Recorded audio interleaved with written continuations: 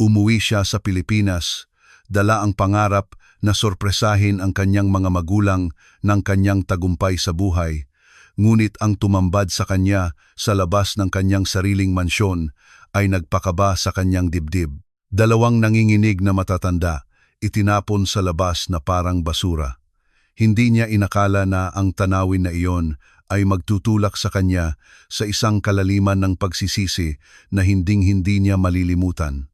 Isang itim na sasakyan ang huminto sa harap ng mansyon habang unti-unting lumulubog ang araw. Bumaba si Gabriel Gabi Reyes, may ngiti ng tagumpay sa kanyang mga labi, inayos ang kanyang barong Tagalog at hinangaan ang 3 palapag na gusali na ngayon ay pag-aari niya. Buwan na niya itong pinaplano. Sorpresahin ang kanyang mga magulang, ipakita sa kanila na sa wakas ay narating na ng kanilang anak ang tagumpay na lagi niyang pinapangarap. Ngunit nang dumapo ang kanyang mga mata sa gilid ng bakuran, namatay ang ngiti sa kanyang labi na parang yelo na bumabalot sa lupa. 2 figura ang nakaupo sa lupa, nakabaluktot sa ilalim ng isang luma, punit-punit na kumot na halos hindi sila pinoprotektahan mula sa malamig na hangin. Isang matandang lalaki ang nakayakap sa isang babaeng may kulay abong buhok. Pareho silang nanginginig sa ginaw. Sa tabi nila ay 2 lumang maleta at isang karton na may nakalitaw na mga larawan. Mukha silang inabandona, parang basura, sa malamig na gabing iyon. Naramdaman ni Gabi na may pumitik sa kanyang dibdib nang makilala niya ang mga mukha. Ito ang kanyang mga magulang, sina Mang Antonio at Aling Elena, ang mga nagbigay buhay sa kanya, ay nakaupo sa lupa na parang mga pulubi sa harap ng bahay na binili niya upang ipagmalaki sa kanyang nobya. Isang bahay na hindi niya kailanman sinabi sa kanila na doon siya nakatira. Tatay, nanay, sigaw ni Gabi, tumakbo sa kanila nang may pusong wasak. Anong ginagawa ninyo rito? Naku po, giniginaw na kayo. Tumingala si Mang Antonio. Ang kanyang pagod na mga mata, puno ng pinipigilang luha, ay sumalubong sa mga mata ng kanyang anak. Walang galit sa tingin na iyon, kundi isang walang katapusang kalungkutan na tumagos kay Gabi na parang kutsilyo. Anak ko, bulong ng matanda, nanginginig ang boses. Ayaw naming istorbohin ka. Sinabi sa amin ni Manong Wako na dito ka nakatira, pero sinabi ng babaeng lumabas na hindi kami puwedeng pumasok, na ang bahay na ito ay hindi para sa mga taong tulad namin. Naramdaman ni Gabi na gumuguho ang lupa sa ilalim niya. Lumuhod siya sa harap ng kanyang mga magulang, hinawakan ang malamig na kamay ng kanyang ina. Tumingin sa kanya si Aling Elena gamit ang mga matang dating tumitingin sa kanya nang may walang katapusang pagmamalaki, ngunit ngayon ay sumasalamin lamang ng kahihiyan at sakit. Patawarin mo kami, anak, bulong niya ng may basag na boses. Ayaw naming ipahiya ka sa harap ng iyong mga kaibigan. Aalis na kami. Malapit nang dumating si Manong Wako, ipahiya ako. Naramdaman ni Gabi ang luha na bumuhos sa kanyang pisngi. Hinding-hindi ninyo ako kayang ipahiya. Sino ang gumawa nito sa inyo? Sino ang nagpalayas sa inyo? Bumukas ang pangunahing pinto ng mansyon nang may tuyong kalabog. Lumitaw si Cristina Salazar sa pintuan, nakabalot sa isang pearl evening gown na kumikinang sa ilaw. Ang kanyang perpektong mukha ay nagpakita ng labis na inip na parang ang presensya ng mga matatanda ay isang mantsa sa kanyang perpektong salo-salo. Gabi, anong ginagawa mo riyan sa labas? Tanong niya ng may malamig na boses. Naghihintay ang mga bisita. Ngayong gabi nating iaanunsyo ang ating engagement. Naaalala mo, dahan-dahang tumayo si Gabi. Ang kanyang mga magulang ay nanginginig pa rin sa likod niya. Nagsimulang kumulo ang galit sa kanya na hinaluan ng pagsisisi na bumibigkas sa kanya. Cristina, ikaw ba? Ikaw ang nagpalayas sa aking mga magulang? Tumawa siya ng tuyo, walang kagalakan. Ang iyong mga magulang, Gabi. 2 gutay-gutay na matatanda ang kumatok sa pinto, humihingi na kausapin ka. Sinabi ko sa kanila na ang bahay na ito ay hindi isang kanlungan para sa mga walang tirahan. Paano ko malalaman na sila pala iyon? Huminto siya, tinitingnan sila ng may paghamak.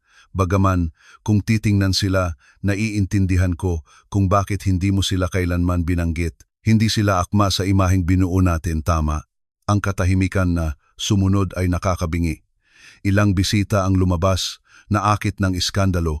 Ang mga lalaki at babae sa maayos na kasuotan ay pinanood ang eksena ng may ekspresyon mula sa pagkabigla hanggang sa bahagyang pagtatago ng pagtawa. Narinig ni Gabi ang mga bulungan na kumalat na parang sunog. Kawawang matatanda. Mga magulang niya iyon. Nakakahiya naman. Hindi ko alam na galing sa ganoong kalagayan si Reyes. Sinubukan ni Mang Antonio na tumayo, nanginginig. Tumakbo si Gabi upang alalayan siya, ngunit pinigilan siya ng kanyang ama gamit ang isang nanginginig na kamay. Hindi, anak. Sapat na ang problema na nagawa namin. Aalis na kami ng iyong ina. Mayroon kang sarili mong buhay, sarili mong mga kaibigan. Hindi kami pumunta para sirain ang anuman. Wala kayong pupuntahan. Ang boses ni Gabi ay umalingaw-ngaw sa malamig na hangin, puno ng galit na hindi niya kailanman naramdaman. Ito ang inyong tahanan, tulad ng sa akin. Bumaba si Cristina sa hagdanan ng may tiyak na hakbang. Ang kanyang takong ay umalingaw-ngaw sa bato. Pinagkrus niya ang kanyang mga braso, tinitingnan si Gabi ng may halong pagkabigo at ganap na lamig. Gabi, huwag kang maging katawa-tawa. Isipin mo ang ginagawa mo. Lahat ng ating mga kasosyo ay nasa loob. Ang kasunduan sa mga Wisniewski ay pipirmahan. Talaga bang sisirain mo ang lahat para sa iyong mga magulang? Pinutol siya ni Gabi. Ang kanyang boses ay nanginginig sa emosyon. Naririnig mo ba ang sarili mo, Cristina? Naiintindihan mo ba ang ginawa mo? Ang ginawa ko ay protektahan ang ating reputasyon, sagot niya ng walang panginginig. Ikaw at ako ay nagtatayo ng isang imperyo. Hindi tayo maaaring magkaroon ng sentimental na kahinaan. Akala ko, naiintindihan mo iyon. Nagsimulang umiyak ng tahimik si Aling Elena, tinatakpan ang kanyang mukha ng kanyang mga kamay. Mahigpit siyang niyakap ni Mang Antonio na parang nais niyang protektahan siya mula sa buong mundo.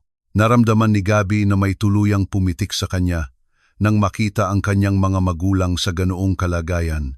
Pinahiya, giniginaw at nasira sa harap ng bahay na binili niya gamit ang pera na kinita niya. Habang nakakalimutan sila. Nagtrabaho ako buong buhay ko. Biglang sabi ni Mang Antonio nang may boses na matatag sa kabila ng sakit. Ako ay isang mason, nagbuhat ng mabibigat na bagay, ginawa ang lahat ng kinakailangan upang ang batang ito ay makapag-aral. Ang kanyang ina ay nagtahi hanggang hating gabi upang bayaran ang kanyang mga libro. Wala kaming kailanman, ngunit lagi kaming may dignidad. At ngayon bumasag ang kanyang boses. Ngayon ay nalaman ko na ikinahihiya kami ng aking anak. Tama. Lumuhod si Gabi sa harap ng kanyang ama.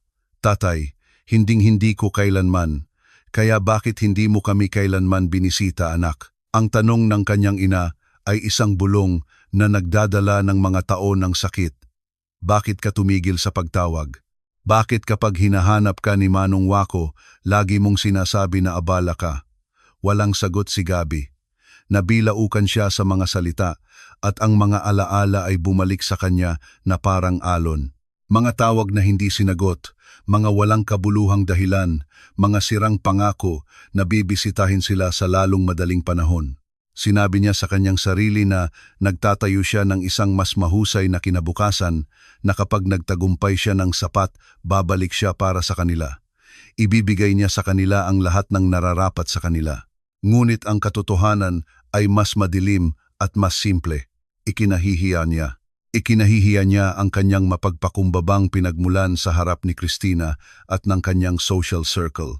Ikinahihiya niya ang mapagpakumbabang bahay na kanyang kinalakhan.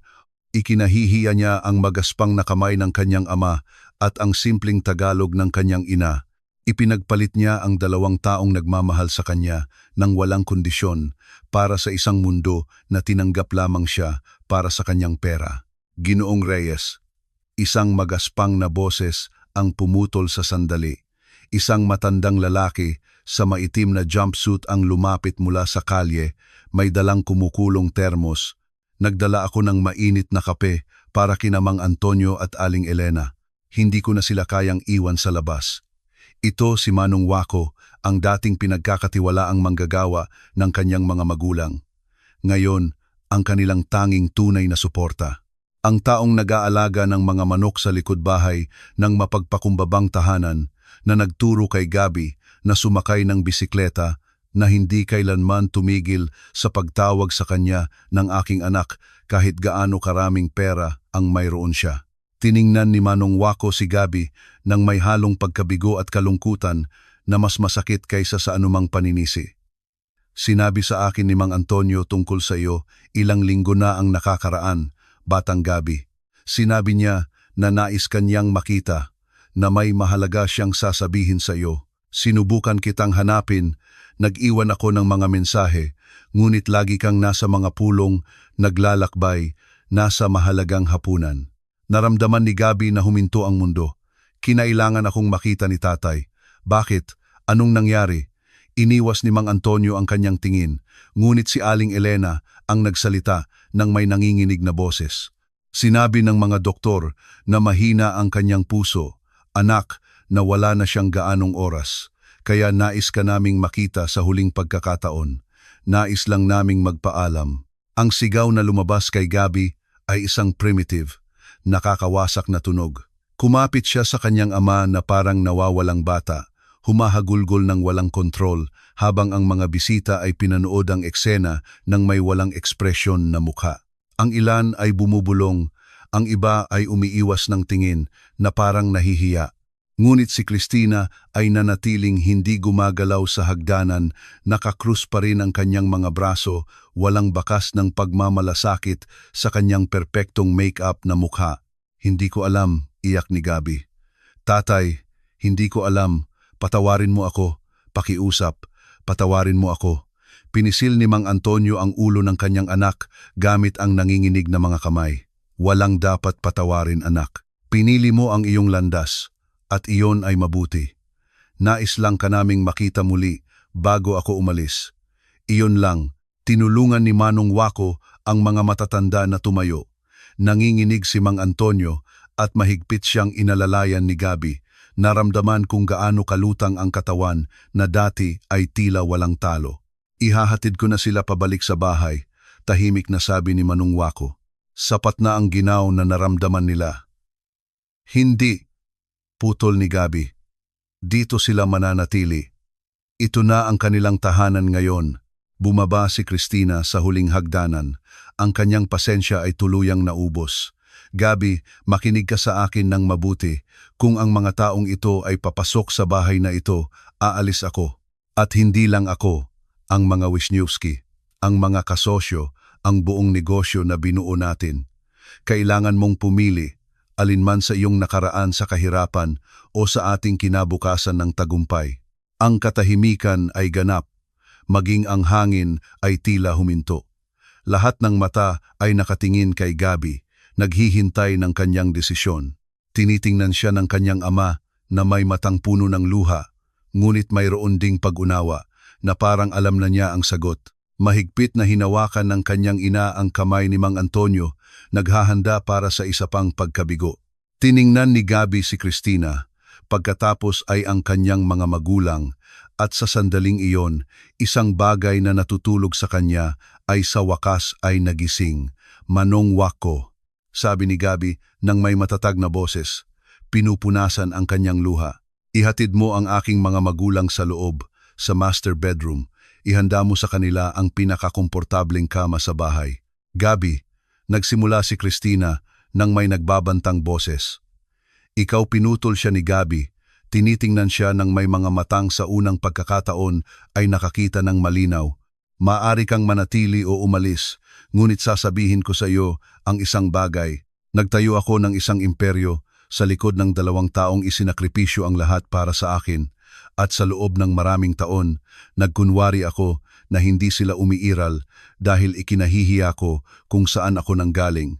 Ngayong gabi, nakita ko ang aking may sakit na ama na nakaupo sa lupa, at kung hindi nito binasag ang iyong puso, hindi ka ang babae na gusto kong gugulin ang natitirang bahagi ng aking buhay. Ang bulungan ay kumalat sa mga bisita. Namutla si Christina, hindi makapaniwala. Iniwan mo ako para sa kanila? Hindi kita iniiwan para sa kanila, sagot ni Gabby. Iniwan kita dahil natuklasan ko na ang taong naging ako sa iyo ay isang taong hindi ko nakikilala, isang taong nag-iwan ng kanyang mga magulang sa kalye. At ayaw kong maging ganoong tao. Umatras ng isang hakbang si Christina. Kumikinang ang kanyang mga mata sa galit. Pagsisisihan mo ito, Gabby Reyes, ipinapangako ko. Tinalikuran niya at pumasok sa bahay ng may galit na hakbang. Nagsimulang magsibuwag ang mga bisita. Ang ilan ay umiiwas sa tingin ni Gabby. Ang iba ay bumubulong sa pagitan nila. Sa loob ng ilang minuto, ang mansyon ay halos walang laman. Tanging ang tunog ng mga bumabagsak na pinto at ang tunog ng mga gumugulong na makina. Lumuhod si Gabby sa huling pagkakataon ng gabing iyon sa harap ng kanyang mga magulang. Patawarin ninyo ako, pakiusap. Gugugulin ko ang natitirang bahagi ng aking buhay sa pagbabayad sa inyo. Ngumiti si Mang Antonio ng mahina, hinimas ang mukha ng kanyang anak. Nagawa mo na iyan, anak. Nagawa mo na iyan. Tinulungan ni Manong Wako ang mga matatanda na pumasok sa bahay. Sinundan sila ni Gabby, isinara ang pinto sa likod niya, ngunit sa katahimikan ng malamig na gabi, isang tanong ang nagsimulang kumulo sa kanyang isipan. Bakit sinabi ni Manong Wako na sinubukan siyang hanapin sa loob ng maraming linggo, samantalang wala siyang natanggap na mensahe? At higit sa lahat, sino ang nagpigil sa mga mensaheng iyon na hindi makarating sa kanya? Ang mga sumunod na araw ay parang paggising mula sa isang bangungot upang matuklasan na ang realidad ay mas masahol pa. Ganap na binago ni Gabby ang kanyang buhay. Kinansela ang mga mahalagang pulong, hindi pinansin ang mga tawag mula sa galit na mga kasosyo, at ginawang santuaryo ang kanyang mansyon para sa kanyang mga magulang. Ngunit bawat ngiti na naiguhit niya sa mukha ni Aling Elena, bawat sandali ng kapayapaan sa tabi ni Mang Antonio ay may kaakibat na pakiramdam ng pagkakasala na kumakain sa kanya mula sa loob na parang mabagal na lason. Kinaumagahan ng ikatlong araw, habang naghahanda ng almusal sa kusina na hindi niya kailanman ginamit, narinig niya ang mahinang hakbang na bumababa sa hagdanan. Lumitaw si Mang Antonio sa pintuan, nakasandal sa baston na ipinagkaloob sa kanya ni Manong Wako. Ang kanyang maputlang mukha ay nagpakita ng pagsisikap na ibinigay niya sa simpleng pagbaba sa ibaba. Tatay, dapat ay nagpapahinga ka, mabilis na sabi ni Gabby. Iniwan ang kawali at tumakbo upang alalayan siya. Sapat na ang pahinga ko sa buhay, anak, sagot ng matanda ng may pagod na ngiti. Ngayon, gusto kong sulitin ang bawat minuto na natitira sa akin, lalo na ang mga kasama ka. Umupo sila ng magkasama sa mesa sa dining room, isang Italianong marmol na mesa na dating binili ni Gabby upang ipagmalaki sa mga bisita na hindi na bumalik pagkatapos ng gabing iyon. Pinanood ni Mang Antonio ang bahay nang may mga matang tila nakakakita ng higit pa sa nais ipakita ni Gabby. Maganda ang bahay na ito, anak, ngunit nararamdaman kong walang laman, na parang walang sinumang talagang nanirahan dito. Ang mga salita ay bumagsak kay Gabby na parang mga bato. Tama siya, puno niya ang mansyon ng mamahaling bagay, sining na hindi niya naiintindihan, mga muebles na hindi niya kailanman ginamit, ngunit hindi niya kailanman ginawa itong isang tunay na tahanan. Tatay, nagsimula si Gabby ng may basag na boses. May kailangan akong itanong sa iyo. Sinabi ni Manong Wako na sinubukan niya akong kontakin, na tumawag siya ilang linggo na ang nakakaraan upang sabihin na may sakit ka, ngunit wala akong natanggap na mensahe, tawag, wala. Dahan-dahang humigop si Mang Antonio ng kape.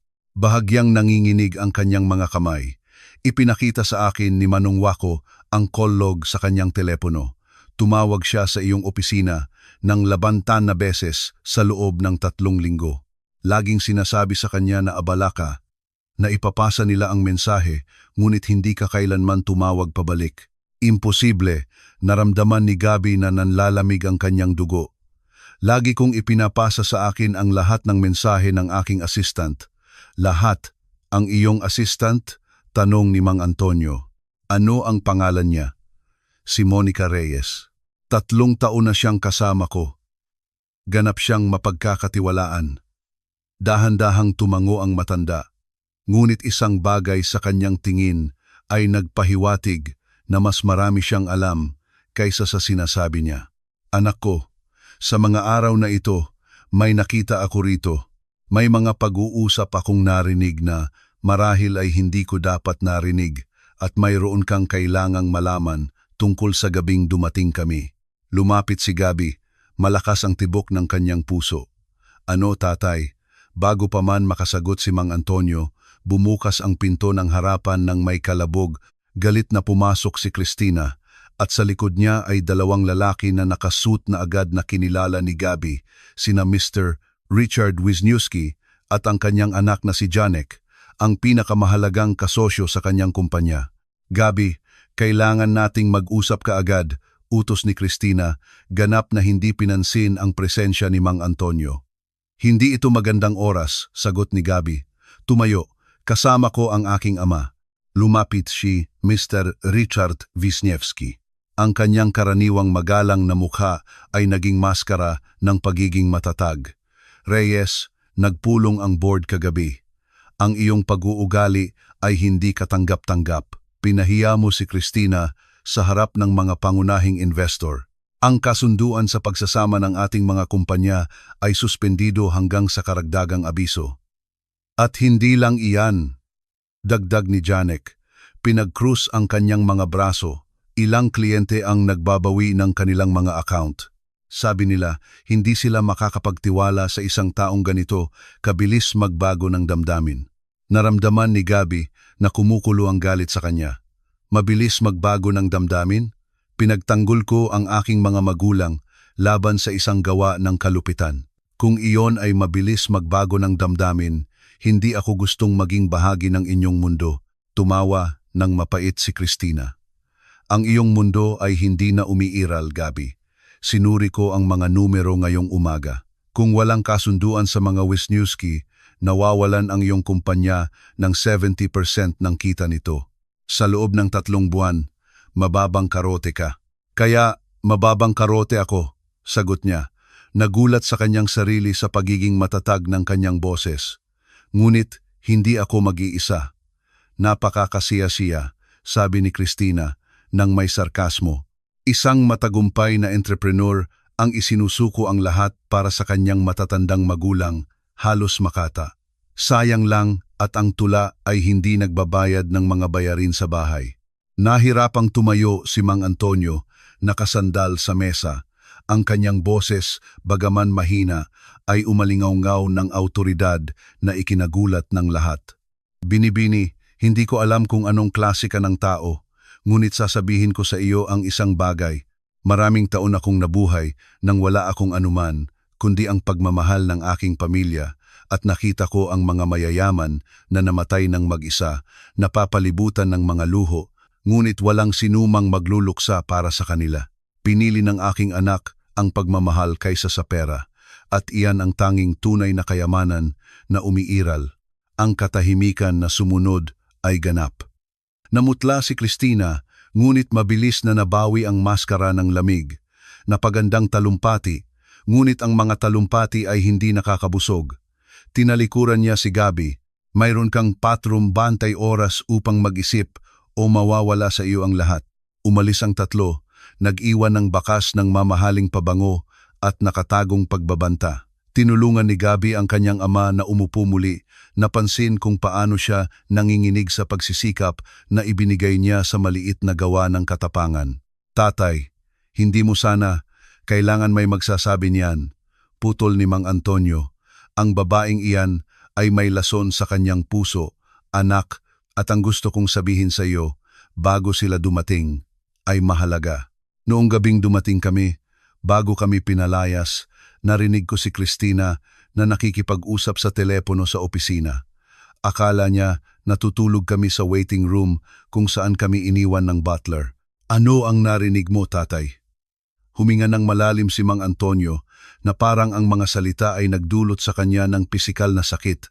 Sinabi niya sa isang taong tinawag niyang mahal na ang lahat ay ayon sa plano, na malapit mo nang kailangang pumili sa pagitan namin at ng iyong kumpanya, at na kapag mali ang pinili mo, tulad ng inaasahan niya, sa wakas ay makokontrol niya ng buo ang iyong kumpanya.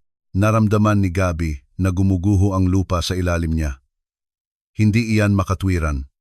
Walang access si Christina sa aking kumpanya. Kami ay mga kasosyo sa ilang proyekto, ngunit anak, basag ang boses ni Mang Antonio. May sinabi pa siya. Sinabi niya na perpekto ang ginawa ni Monica na hinarangan ang mga tawag mula sa nakakainis na matanda. Hindi mo kailanman nalaman na may sakit ang iyong ama hanggang sa huli na upang gumawa ng anumang hindi magpapamukha sa iyo bilang isang kontrabida. Bumagsak ang mundo ni Gabby sa isang iglap. Si Monica, ang kanyang pinagkakatiwalaang assistant sa loob ng 3 taon. Ang babaeng namamahala sa kanyang schedule, naglilimita sa kanyang mga tawag, may access sa lahat ng kanyang mga email, ang hindi nakikitang kamay na nagpauwi sa kanya mula sa kanyang mga magulang, kahit na desperado silang kailangan niya. Bakit? Bulong ni Gabby. Bakit niya ginawa iyon? Inilagay ni Mang Antonio ang kanyang nanginginig na kamay sa kamay ng kanyang anak dahil may humiling sa kanya o binayaran siya, at sa tingin ko, pareho tayong nakakaalam kung sino. Bago pa man makasagot si Gabby, tumakbo si Manong Wako sa kusina na may mukhang baluktot sa takot. Ginoong Gabby, nahulog si Aling Elena sa taas, hindi siya makatayo. Tumakbo si Gabby sa hagdanan ng 3 hakbang, malakas ang tibok ng kanyang puso. Nakita niya ang kanyang ina sa sahig sa pasilyo, hawak ang isang brown envelope gamit ang nanginginig na mga kamay. Maputla ang kanyang mukha at dumadaloy ang luha sa kanyang kumulubot na pisngi. Nanay, anong nangyari? Lumuhod si Gabby sa tabi niya. Tinulungan siyang umupo sa dingding. Itinaas ni Aling Elena ang envelope gamit ang nanginginig na mga kamay. Ang kanyang boses ay isang basag na bulong. Anak ko, pumasok ako sa iyong opisina upang maghanap ng libro para sa iyong tatay at nakita ko ito. Patawarin mo ako. Ayaw kong maging mausisa, ngunit nang makita ko ang mga larawan, hindi ko kayang, gamit ang malumanay na mga kamay, binuksan ni Gabby ang envelope. Bumagsak ang kanyang mundo sa ikalawang pagkakataon ng umagang iyon, mga larawan. Si Christina na hinahalikan si Hanek Wisniewski sa isang hotel. Si Christina na pumipirma ng mga dokumento sa isang law firm at isang prenuptial agreement na nagpakaba sa kanyang dugo. Sa kaso ng diborsyo o separation, si Christina ay may karapatan sa 50% ng lahat ng ari-arian at kumpanya ni Gabby Reyes, ngunit ang ganap na nagwasak sa kanya ay ang petsa ng kasunduan. Ito ay pinirmahan 6 na buwan bago niya siya inalok ng kasal. Ang lahat ay isang patibong mula sa simula. Anak, bulong ni Aling Elena nang may boses na basag sa sakit. Hindi ka kailanman minahal ng babaeng iyan. Ang gusto niya lang ay ang iyong pera. At nang makita niya na kaya nating maging dahilan upang itakwil mo siya, nagpasya siyang gamitin ang ating pagmamahalan laban sa iyo. Ginawa niya tayong sandata upang sirain ka. Tinulungan ni Gabby ang kanyang ina na tumayo. Inalalayan siya habang kumakapit siya sa kanya, na parang siya ang tanging matatag na bagay sa isang gumuguhong mundo. Tumakbo si Manong Wako na may hawak na tasa ng tubig. Ang kanyang mukha ay sumasalamin sa pag-aalala ng isang ama para sa kanyang anak. Lumitaw si Mang Antonio sa pasilyo, humihingal sa pagsisikap na umakyat sa hagdan. Nang makita ang mga larawan sa sahig, ang kanyang ekspresyon ay dumilim ng may halong galit at kalungkutan. Tatay, kailangan mong magpahinga. Pakiusap ni Gabby. Iginagabay ang parehong mga magulang sa master bedroom. Magpapahinga ako kapag ligtas ka. Matigas na sagot ng matanda. Anak ko, makinig ka sa akin. Nambitag ang babaeng iyan sa iyo. Ngunit ang mga bitag ay gumagana sa magkabilang direksyon. Kung mayroon siyang mga sikreto, maaari mo itong mahanap at gamitin upang ipagtanggol ang iyong sarili. Hindi ako tulad niya, tatay. Hindi ako naglalaro ng hindi patas.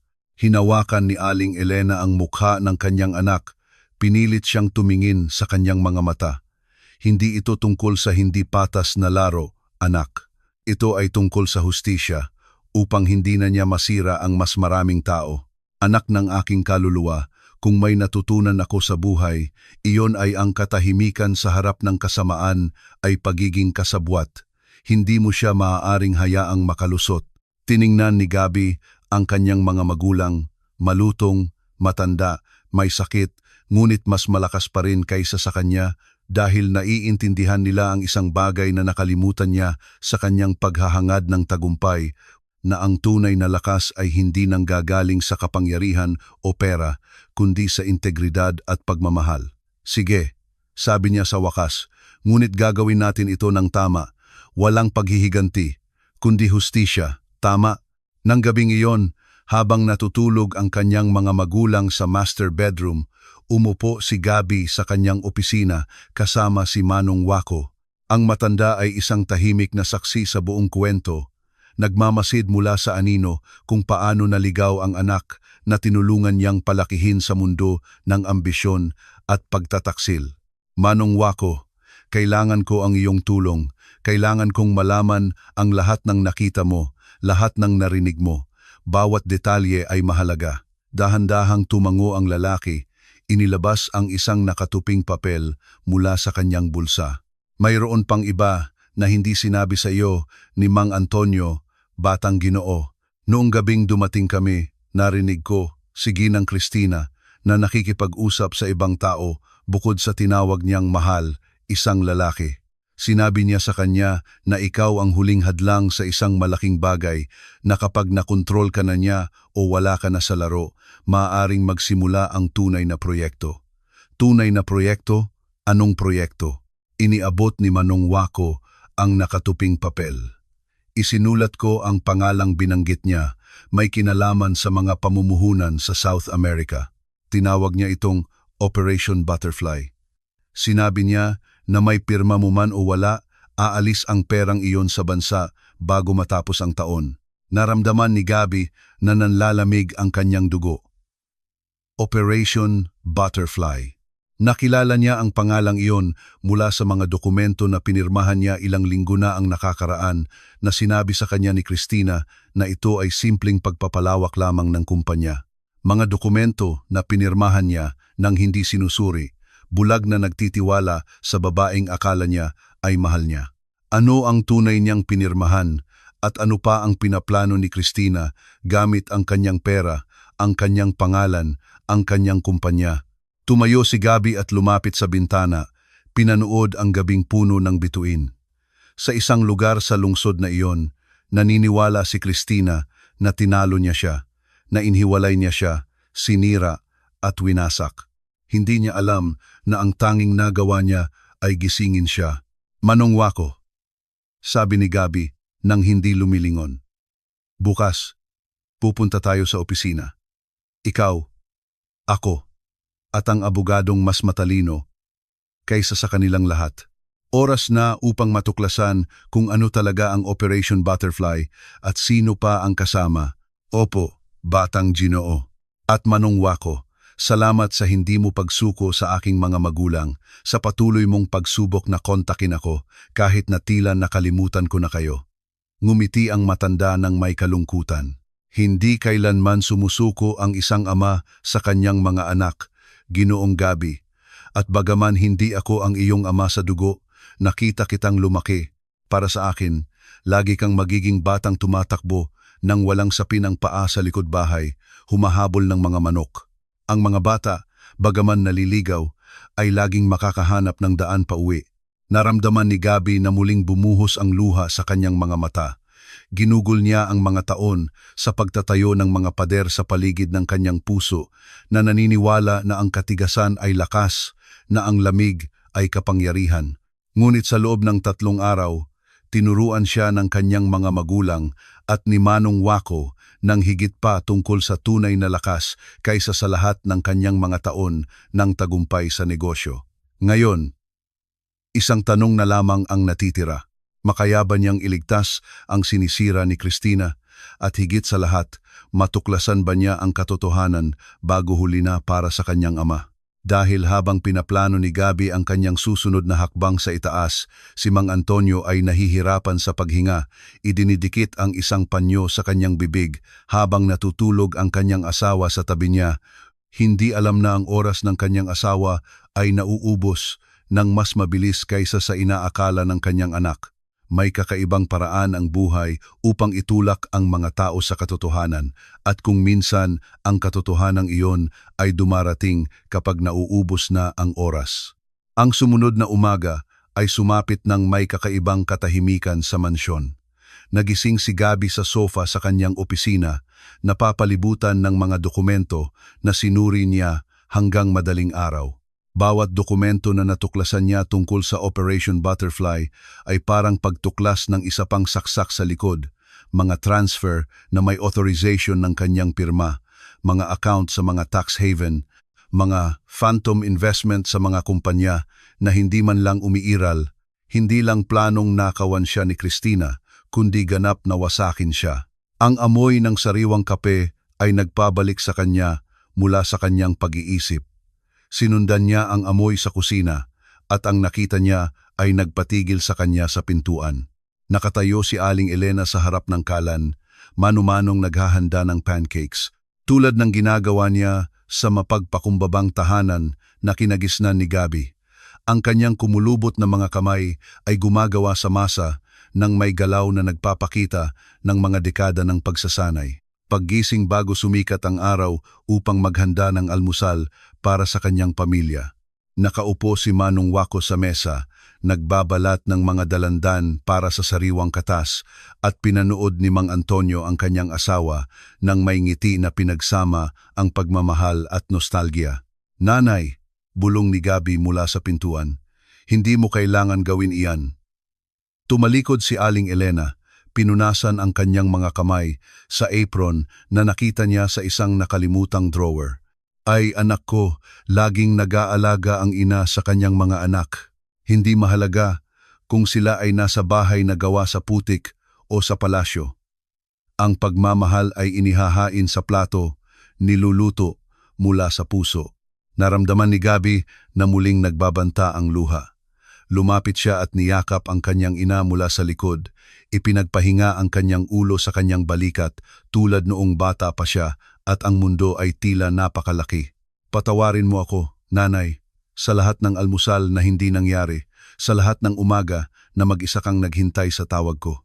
Tumalikod si Aling Elena at hinawakan ang mukha ng kanyang anak gamit ang kanyang mga kamay na puno ng harina. "Anak ng aking kaluluwa, ang nakaraan ay nakaraan na. Ang mahalaga ay ngayon, at ngayon ay kasama mo ako, kasama ang iyong ama. Iyon lang ang kailangan ko.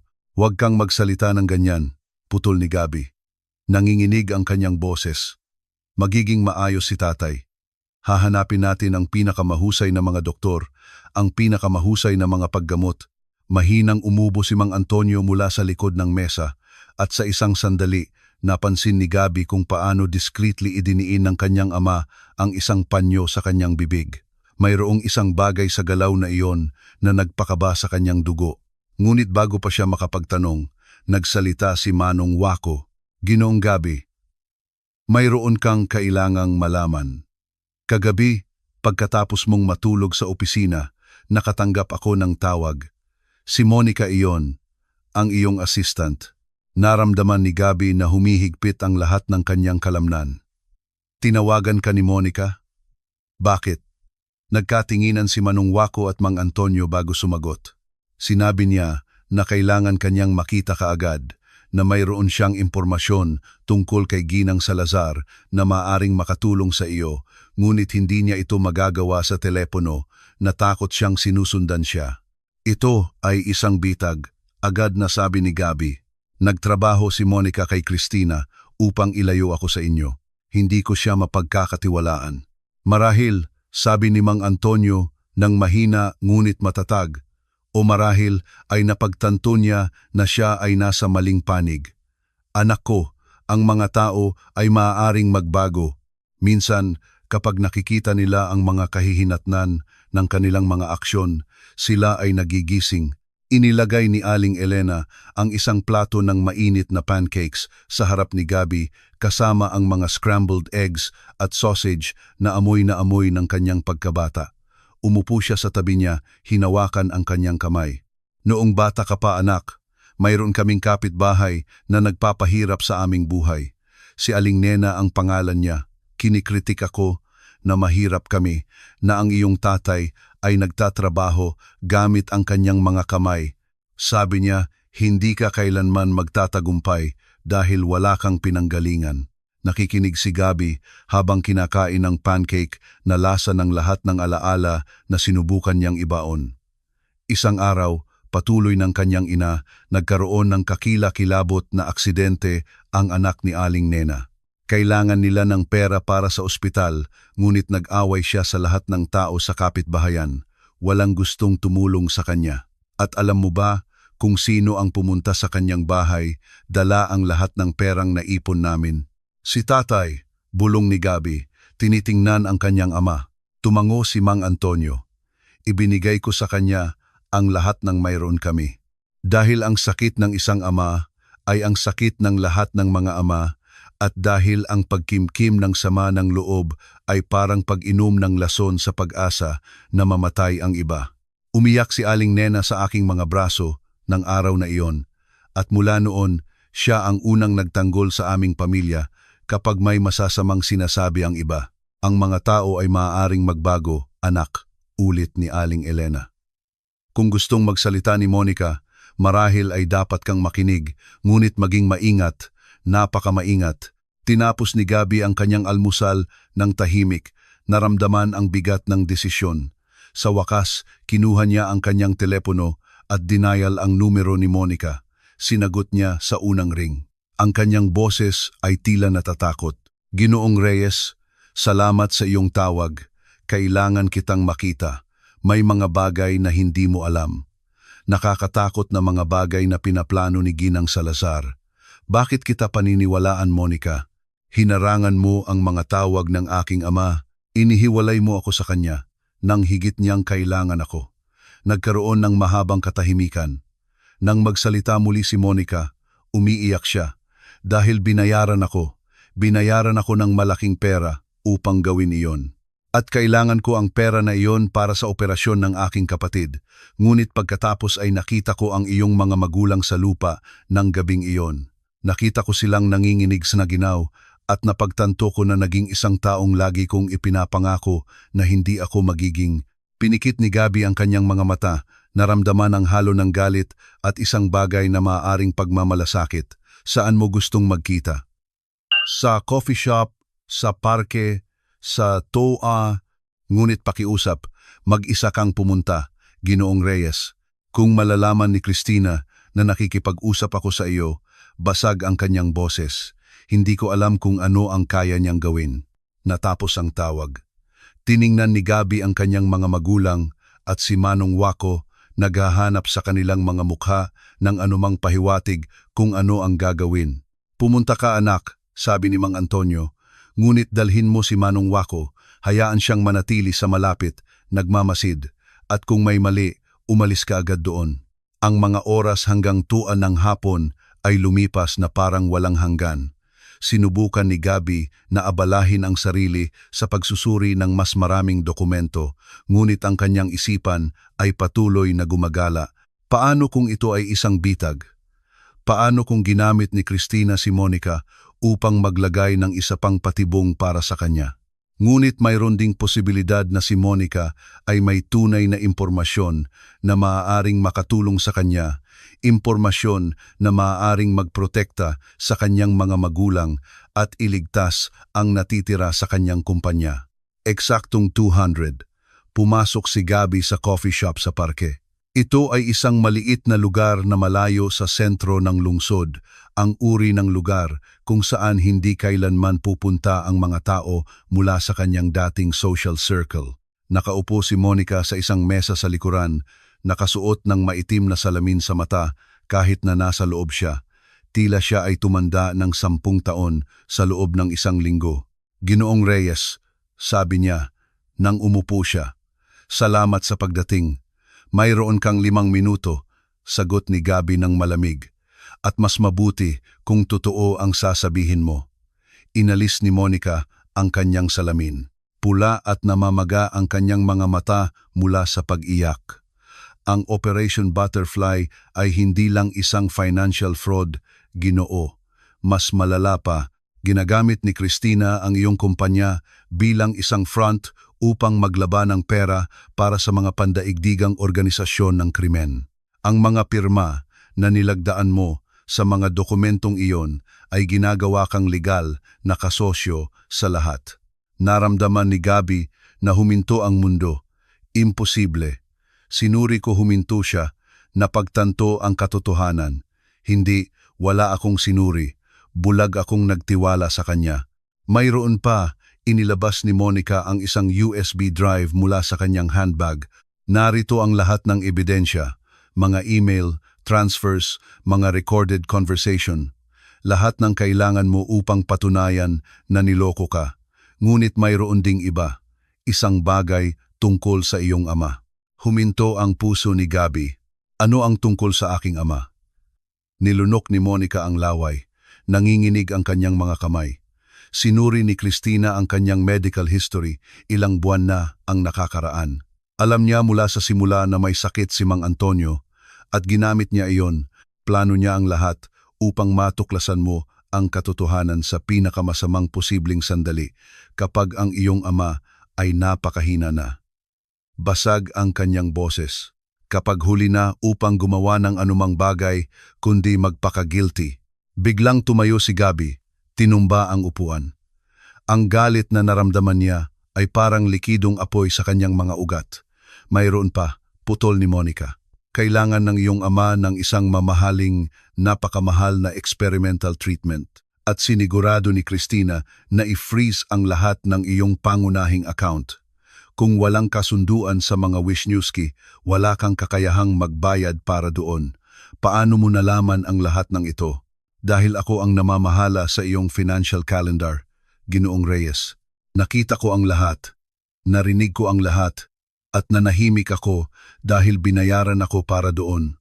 Malayang dumaloy ang luha sa kanyang mukha, ngunit hindi ko na kayang mabuhay sa ganito. Ang aking kapatid ay nailigtas salamat sa pera na ibinigay nila sa akin.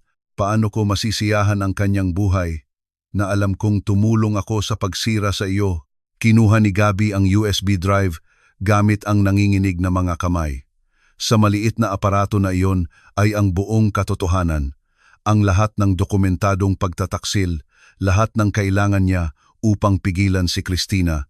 Ngunit mayroon ding pinakamasakit na katotohanan na nawalan siya ng mahalagang mga taon kasama ang kanyang ama na hinahabol ang tagumpay na binuo sa mga kasinungalingan. At ngayon, sa wakas ay nabuksan ang kanyang mga mata na uubos na ang oras. Mayroon ka pang kailangang malaman, tahimik na sabi ni Monica. Si Janek Wisniewski ay hindi kasintahan ni Christina. Siya ang kanyang kasabwat. Ang tunay na kasintahan ay isang taong mas malapit sa iyo. Isang taong lubos mong pinagkakatiwalaan. Sino? Bago pa man makasagot si Monica, bumukas ang pinto ng coffee shop ng may kalabog. 3 lalaki ang pumasok. Ang kanilang mga mukha ay bahagyang natatakpan ng kanilang mga cap. Namutla si Monica. "Takbo!" sigaw niya. Ito ay isang bitag. Sinusundan nila ako. Agad na gumanti si Gabi, hinawakan ang braso ni Monica at tumakbo sila patungo sa back exit. Lumitaw si Manong Wako mula sa kung saan, hinarangan ng isa sa mga lalaki gamit ang kanyang katawan. Tumakbo ang 3 sa isang eskinita, tumatakas, habang naririnig nila ang mga sigaw sa likod nila. Hindi sila huminto hanggang sa makarating sila sa sasakyan ni Manong Wako na umalis ng may tili ng gulong. Tumingin pabalik si Gabi. Ang kanyang puso ay tumibok na parang war drum. Hindi sila hinabol ng mga lalaki, ngunit malinaw ang mensahe. Alam ni Christina na nagsasalita si Monica at hindi niya hahayaan na makarating ang impormasyong iyon kung saan ito makakasama sa kanya. Nang makarating sila sa mansyon, naghihintay sina Mang Antonio at Aling Elena sa pintuan. Maputla ang kanilang mga mukha sa pag-aalala. Mahigpit na niyakap ni Gabi ang kanyang mga magulang Naramdaman kung paano sila nanginginig sa kanyang mga bisig. Ayos lang ako, tatay. Ayos lang ang lahat. Ngunit hindi iyon totoo. Walang maayos. Mayroon siyang ebidensya upang sirain si Cristina, ngunit alam din niya na hindi siya titigil. At ang pinakanakakatakot sa lahat, hindi pa rin niya alam kung sino ang tunay na traidor, kung sino ang malapit sa kanya sa buong panahong iyon, nakangiti sa kanya habang sinasaksak siya sa likod. Nang gabing iyon, habang natutulog ang lahat, umupo si Gabby sa tabi ng kama ng kanyang ama. Nahihirapan si Mang Antonio sa paghinga. Bawat hininga ay isang nakikitang pagsisikap. Hinawakan ni Gabby ang kanyang kamay. Naramdaman kung gaano kalamig at kalutang iyon. Tatay, aayusin ko ito. Pinapangako ko sa iyo. Makukuha ko ang paggamot na iyon. Ililigtas kita. Dahan-dahang binuksan ni Mang Antonio ang kanyang mga mata. Ngumiti siya nang may pagod ngunit mapagmahal ng ngiti na tanging isang ama lamang ang makakapagbigay. Nailigtas mo na ako, anak, nang pinapasok mo ako sa iyong bahay, nang pinili mo ang pagmamahal kaysa sa pera. Binigyan mo na ako ng lahat ng kailangan ko. Huwag kang magsalita ng ganyan, iyak ni Gabby. Mayroon pa ring oras, laging may oras. Ngunit sa kaibuturan ng kanyang puso, alam ni Gabby ang katotohanan, ang oras ang tanging kaaway na hindi niya kayang talunin at nananalo ang kaaway na iyon. Ang mga sumunod na araw pagkatapos ng pagbagsak ni na Cristina at Robert ay ang pinakamatindi sa buhay ni Gabby. Patuloy na iniulat ng media ang iskandalo, isang tiwaling businesswoman at ang kanyang kasabwat na nagtataksil sa isang lalaki na nagtiwala sa mga maling tao. Ngunit halos hindi pinansin ni Gabby ang balita. Ang buong mundo niya ay lumiit sa silid sa ikalawang palapag ng kanyang mansyon, kung saan si Mang Antonio ay bawat araw ay lumalaban para sa bawat hininga. Matapos buksan ang mga account at mabawi ang mga asset, kinuha ni Gabby ang pinakamahusay na mga espesyalista sa bansa. Si Dr.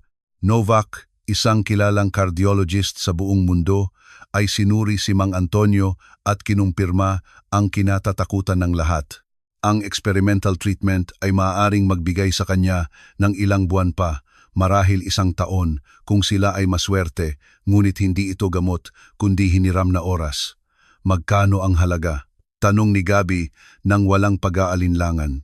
Ginoong Reyes, pinag-uusapan natin ang kalahating milyong zlotys at walang garantiya. Wala akong pakialam, gawin ang lahat ng kinakailangan. Ngunit nang umalis si Dr. Novak, si Mang Antonio ang humawak sa kamay ng kanyang anak. Hindi, anak ko. Tiningnan siya ni Gabby, hindi nauunawaan. Anong ibig mong sabihin? Hindi, tatay. Maaring iligtas ka ng paggamot na ito. Maaring bigyan ako ng oras. Dahan-dahang itinama ni Mang Antonio. Oras sa mga ospital na nakakonekta sa mga makina, araw-araw na nararamdaman ng sakit. Hindi iyan ang oras na gusto ko, anak. Kaya ano ang gusto mo? Naramdaman ni Gabby na bumuhos ang luha sa kanyang mga mata. Gusto mong manatili ako rito, pinapanood kang mamatay. Nang walang ginagawa, ngumiti si Mang Antonio nang may ngiti na minahal ni Gabby sa buong buhay niya. Gusto kong gamitin mo ang pera na iyon para sa isang mas mahusay na bagay. Gusto kong gugulin ang aking huling mga araw dito, sa bahay na ito, kasama ang aking asawa at ang aking anak, nang walang sakit, nang walang makina, tanging pagmamahal. At gusto kong, kapag umalis ako, alam mo na ako ang pinakamayaman na tao sa mundo dahil mayroon ako ng lahat ng talagang mahalaga. Pumasok si Aling Elena na nakikinig mula sa likod ng pinto na umiiyak at niyakap ang kanyang asawa. Ay, matandang matigas ang ulo, laging ganoon katigas ang ulo. Kaya nga, minahal mo ako, biro ni Mang Antonio. At sa isang sandali, nakita ni Gabby sa kanyang mga magulang ang mga kabataan na nagkita ilang dekada na ang nakakaraan ng mahirap ang buhay, ngunit sapat ang pagmamahal. Tinanggap ni Gabby ang desisyon ng kanyang ama, bagaman dinurog nito ang kanyang kaluluwa. Kinuha niya ang mga nurse na dalubhasa sa palliative care upang masiguro na walang sakit si Mang Antonio. Ginawa niya ang master bedroom na isang maluwag, maliwanag na silid na may bukas na bintana na nagpapapasok ng sikat ng araw at ang awit ng mga ibon. Dinala niya ang mga larawan mula sa buong buhay ng pamilya. Si Mang Antonio, bata sa kanyang Mason's jumpsuit, si Aling Elena na nananahi sa ilalim ng lampara, si Gabi bilang isang bata na humahabol ng mga manok sa likod bahay ng kanilang mapagpakumbabang tahanan. Lumipat si Manong Wako sa guest room upang manatili sa malapit kung sakaling kailanganin siya. Si Monica, na nagpatotoo laban kina Christina at Robert, ay dumating 2 beses sa isang linggo, nagdadala ng sariwang bulaklak at umiinom ng kape kasama si Aling Elena. Nawalan siya ng trabaho, ngunit nakakita siya ng isang bagay na mas mahalaga, katubusan at isang improvised family na nagpatawad sa kanya kahit na hindi niya kayang patawarin ang kanyang sarili. Isang hapon, habang binabasa ni Gabi ng malakas ang paboritong libro ng kanyang ama, ang Manika ni Bolesław Prus, pinutol siya ni Mang Antonio, "Anak ko, mayroon akong hihilingin sa iyo." "Anuman, tatay, hanapin mo sa aking lumang maleta, iyon ang dinala ko ng gabing iyon. Sa ilalim ay may dilaw na envelope." Nakita ni Gabi ang envelope. Sa loob ay isang sulat na sulat kamay sa nanginginig na sulat ng kanyang ama at isang lumang newspaper clipping. Ang clipping ay mahigit 30 taon na ang nakakaraan. Ipinapakita nito ang isang batang mason na tumatanggap ng pagkilala sa pagsagip ng isang bata mula sa isang gumuho na gusali. "Ikaw iyan, tatay," bulong ni Gabi. Kinikilala ang batang mukha ni Mang Antonio sa malabo na larawan. "Halos mamatay ako ng araw na iyon," sabi ni Mang Antonio. "Bumagsak ang dingding at natrap ang isang bata. Tumakbo ang lahat upang iligtas ang kanilang sarili, ngunit narinig ko ang kanyang iyak. Pumasok ako at hinila siya bago pa bumagsak ang lahat. Nabali ako ng 3 tadyang, ngunit nakaligtas ang bata. Bakit hindi mo kailanman sinabi sa akin? Dahil hindi ko ginawa iyan para sa pagkilala, anak ko. Ginawa ko iyan dahil iyon ang tama. At iyan ang pamana na gusto kong iwan sa iyo. Hindi mahalaga kung gaano karaming pera ang mayroon ka o anong kapangyarihan ang marating mo. Ang mahalaga lang ay kung ano ang ginagawa mo kapag walang nakatingin. Kung paano mo tinatrato ang mga hindi makapagbibigay sa iyo ng kapalit." Niyakap ni Gabi ang kanyang ama. Naramdaman kung gaano kalutang ang kanyang katawan, ngunit kung gaano rin kalaki ang kanyang kaluluwa. "Ngayon, basahin mo ang liham," sabi ni Mang Antonio. Binuksan ni Gabi ang papel gamit ang nanginginig na mga kamay. "Anak ko, kung binabasa mo ito, ibig sabihin, nauubos na ang aking oras at iyan ay mabuti. Nabuhay ako ng buong buhay, puno ng pagmamahal at layunin. Nagtrabaho ako gamit ang mga kamay na ito hanggang sa dumugo, ngunit hindi ko kailanman naramdaman na mahirap ako dahil mayroon akong iyong ina. At mayroon ako sa iyo. Hindi ako sumusulat upang iparamdam sa iyo na may kasalanan ka. Nagpapatawad ang mga magulang bago pa man may dapat patawarin. Sumusulat ako upang ipaalala sa iyo kung sino ka talaga. Ikaw ang bata na nagbahagi ng tinapay sa ibang mga bata na mas kakaunti. Isang binata na nag-aral sa ilaw ng kalye dahil wala kaming kuryente, ngunit hindi kailanman nagreklamo. Isang lalaki na nagtayo ng isang imperyo, ngunit kung kailangan niyang pumili, pinili niya ang pagmamahal. Ito ang aking anak, hindi ang naligaw, kundi ang nakahanap ng daan pabalik sa tahanan. Hinihiling ko sa iyo ang 3 bagay. Una, alagaan mo ang iyong ina. Siya ang aking puso na naglalakad sa mundo. Pangalawa, huwag kang magkimkim ng sama ng loob sa mga nagtaksil sa iyo. Ang pagpapatawad ay hindi para sa kanila. Ito ay para sa iyo upang makapamuhay ka ng payapa. Pangatlo, gamitin mo ang iyong tagumpay upang tulungan ang iba, lalo na ang mga tulad namin na nagsisikap ng husto ngunit nangangailangan ng pagkakataon. Mahal kita ng higit pa sa kayang sabihin ng mga salita at lagi akong kasama mo sa bawat mabuting desisyon na gagawin mo, sa bawat gawa ng kabaitan na gagawin mo, ang iyong mapagmahal na ama. Antonio. Tinapos ni Gabi ang pagbabasa na may mukhang basa sa luha. Pumasok si Aling Elena at sumali sa yakap. Ang tatlo ay bumuo ng isang bilog ng pagmamahal na walang pagtataksil ang makakasira. Ang mga araw ay naging isang mahalagang rutina. Mga almusal na inihanda ni Aling Elena ayon sa mga resipe na pinino niya sa loob ng mga dekada. Mga hapon kung saan isinalaysay ni Manong Wako ang kuwento mula sa pagkabata ni Gabi nang siya ay napasok sa gulo sa paghabol ng mga manok. Mga gabi kung saan ang tatlo ay magkasama na nakaupo, minsan ay nag-uusap, minsan ay tahimik, simpleng tinatamasa ang pagiging magkasama. Ginamit ni Gabi ang kanyang nabawing kapalaran upang lumikha ng Antonio at Elena Reyes Foundation na nakatuon sa mga scholarship para sa mga anak ng mga mapagpakumbabang manggagawa na nais mag-aral. Ang unang benepisyaryo ay ang anak ng isang janitress. Ang pangalawa ay ang anak ng isang mason. Si Monica ay naging direktor ng pundasyon na natagpuan sa trabahong ito ang katubusan na matagal niyang hinahanap.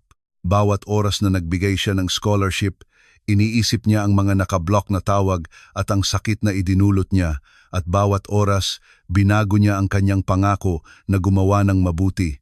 Isang umaga, ilang linggo pagkatapos, nagising si Gabi at alam niyang may nagbago. Ang katahimikan sa bahay ay iba, mas mabigat. Umakyat siya sa hagdanan nang may pusong nasa lalamunan. Nakahiga si Mang Antonio sa kama kasama si Aling Elena. Natutulog sa tabi niya, hawak ang kanyang kamay. Nakaupo si Manong Wako sa upuan sa tabi. Tahimik na dumadaloy ang luha sa kanyang kumulubot na mukha. "Anak ko," bulong ni Mang Antonio nang pumasok si Gabi. "Halika, umupo ka." Lumuhod si Gabi sa tabi ng kama, hinawakan ang isa pang kamay ng kanyang ama. "Tatay, sabi ng doktor, darating siya ngayon. Maaari nating ayusin ang iyong paggamot." "Hindi ko na kailangan ng paggamot, anak," ngumiti si Mang Antonio nang may kapayapaan. "Oras na at handa na ako." "Hindi," iyak ni Gabi. "Hindi ka maaaring umalis. Marami pa akong gustong gawin sa iyo. Maraming almusal na kakainin, maraming kwento na pakinggan, at binigyan mo ako ng higit pa sa kailanman kong pinangarap. Anak ko, ang mga huling araw na ito kasama ka ay ang pinakadakilang regalo sa aking buhay. Umuuwi ako ng masaya, umuuwi ako ng buo." Tiningnan ni Mang Antonio ang kanyang asawa, hinimas ang kanyang mukha gamit ang mga daliri na halos wala ng lakas. "Elena, mahal ko sa buhay, salamat sa bawat araw, sa bawat sakripisyo, sa pagbibigay sa akin ng pinakadakilang regalo na maaring matanggap ng isang tao, isang pambihirang anak. Magkita tayo sa lalong madaling panahon, matanda. Huwag kang magmadali sa paghihintay sa akin doon," iyak ni Aling Elena. Ngumiti si Mang Antonio at ipinikit ang kanyang mga mata. Naging mas mabagal ang kanyang paghinga, mas payapa, at pagkatapos ay napapalibutan ng pamilya na may sikat ng araw na pumapasok sa bintana na nagpapaliwanag sa kanyang payapa na mukha. Umalis si Mang Antonio Reyes. Walang drama, walang sakit, tanging isang huling banayad na paghinga na parang pagbuntong hininga ng ginhawa, na parang sa wakas ay makakapagpahinga na siya pagkatapos ng isang buhay ng hirap at walang kondisyong pagmamahal. Humahagulgol si Gabi, mahigpit na hinahawakan ang kamay ng kanyang ama, nararamdaman kung paano dahan-dahang nawala ang init mula dito. Hinalikan ni Aling Elena ang noo ng kanyang asawa sa huling pagkakataon, bumubulong ng mga salita ng pagmamahal na tanging siya at siya lamang ang nakakaunawa. Nagdasal si Manong Wako ng tahimik, nagpapasalamat sa buhay sa pagpayag sa kanya na makilala ang isang napakabuting tao. Ang libing ay simple, ngunit puno ng pagmamahal. Walang mga businessman o corporate glitz. Tanging ang mga taong tunay na nakakakilala kay Mang Antonio, ang mga kapitbahay mula sa kanyang dating lugar, mga katrabaho, mga pamilya na tinulungan niya nang hindi naghihintay ng anumang kapalit. Sa panahon ng serbisyo, nagsalita si Gabi ng may basag ngunit matatag na boses. "Tinuruan ako ng aking ama na ang tunay na tagumpay ay hindi sinusukat sa mga bank account, kundi sa mga buhay na naantig, hindi sa mga ari-arian na naipon, kundi sa pagmamahal na ibinahagi." Ginugol ko ang mga taon sa paghabol ng isang ilusyon ng kadakilaan at halos nawala ko ang tanging bagay na tunay na nagpapaging dakila sa akin, ang pagmamahal ng aking pamilya. Ngunit binigyan ako ng aking ama ng isang bagay na mas mahalaga kaysa sa oras. Binigyan niya ako ng pangalawang pagkakataon. Ipinakita niya sa akin na hinding-hindi pa huli ang lahat upang pumili ng pagmamahal kaysa sa pagmamalaki, pamilya kaysa sa ambisyon, ang totoo. At bagaman ngayon ay wasak ang aking puso, puno rin ito dahil nagkaroon ako ng karangalan na maging anak ni Antonio Reyes, isang tao na hindi kailanman nagkaroon ng marami, ngunit ibinigay ang lahat. Pagkatapos ng libing, nagpatuloy ang buhay, ngunit nagbago. Permanenteng lumipat si Aling Elena sa mansyon. Pinupuno ang bawat sulok ng pagmamahal na tanging isang ina lamang ang makapagbibigay. Nagluto siya para kay Gabi. Pinagalitan siya kapag sobra ang kanyang trabaho at unti-unting ginawang isang tunay na tahanan ang malamig na bahay. Opisyal na naging estate manager si Manong Waco, ngunit higit pa rito, siya ang lolo na hindi kailanman nagkaroon si Gabi. Magkasama silang nagtayo ng isang maliit na kulungan ng manok sa likod ng bahay bilang paggunita sa nakaraan. Patuloy na pinamahalaan ni Monica ang pundasyon ng may pagmamalasakit. Bawat scholarship na ibinigay ay isa pang hakbang patungo sa katubusan at bagaman hinding-hindi niya ganap na mapapatawad ang kanyang sarili sa ginawa niya, natuto siyang mabuhay kasama nito sa pamamagitan ng paggawa ng mabuti. Sina Cristina at Robert ay sinentensiyahan ng 15 taon sa bilangguan para sa fraud at money laundering. Hindi dumalo si Gabi sa pagbasa ng hatol. Hindi na ito mahalaga. Natuto siya na ang paghihiganti ay hindi nagdadala ng kapayapaan, kundi mas maraming kapaitan. 1 taon pagkatapos ng pagpanaw ni Mang Antonio, si Gabi ay nasa hardin, pinapanood ang kanyang ina na nagdidilig ng mga bulaklak nang lumapit si Manong Waco na may hawak na isang lumang kahon.